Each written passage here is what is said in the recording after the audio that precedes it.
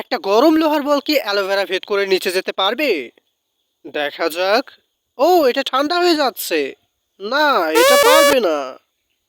গরম বলটি কি পারবে কলার খোসা ভেদ করে নিচে যেতে? না, এবারও ঠান্ডা হয়ে যাচ্ছে। আসলে কলা অনেক ঠান্ডা হয়। দেখুন, এটা পুড়ে গেছে।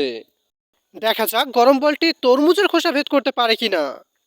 না, পারবে না, কারণ এটা ঠান্ডা হয়ে গেছে। পারেনি। দেখুন, এটা পুড়ে গেছে। এখনো অনেকখানি বাকি ছিল। দেখা যাক গরম বলটি করলা ভেদ করে যেতে পারে কিনা। না, না, না, এটি ঠান্ডা হয়ে যাচ্ছে। পারেনি। তবে পুড়ে গেছে কিছুটা। এবার টমেটোর পালা। দেখি কি হয়, গরম বলটি টমেটো ভেদ করে যেতে পারে কিনা। আহা, এটি ঠান্ডা হয়ে গেছে। পারবে না। পুড়ে গেছে। এবার দেখি গরম বলটি নারকেল ভেদ করে যেতে পারে কিনা। কিন্তু নারকেল ভেদ করে কিভাবে যাবে? নারকেল তো অনেক শক্ত হয়। পুড়ে যেতে পারে। না, না, না, এটি ঠান্ডা হয়ে গেছে। আজ কিছুই ভেদ করতে পারেনি।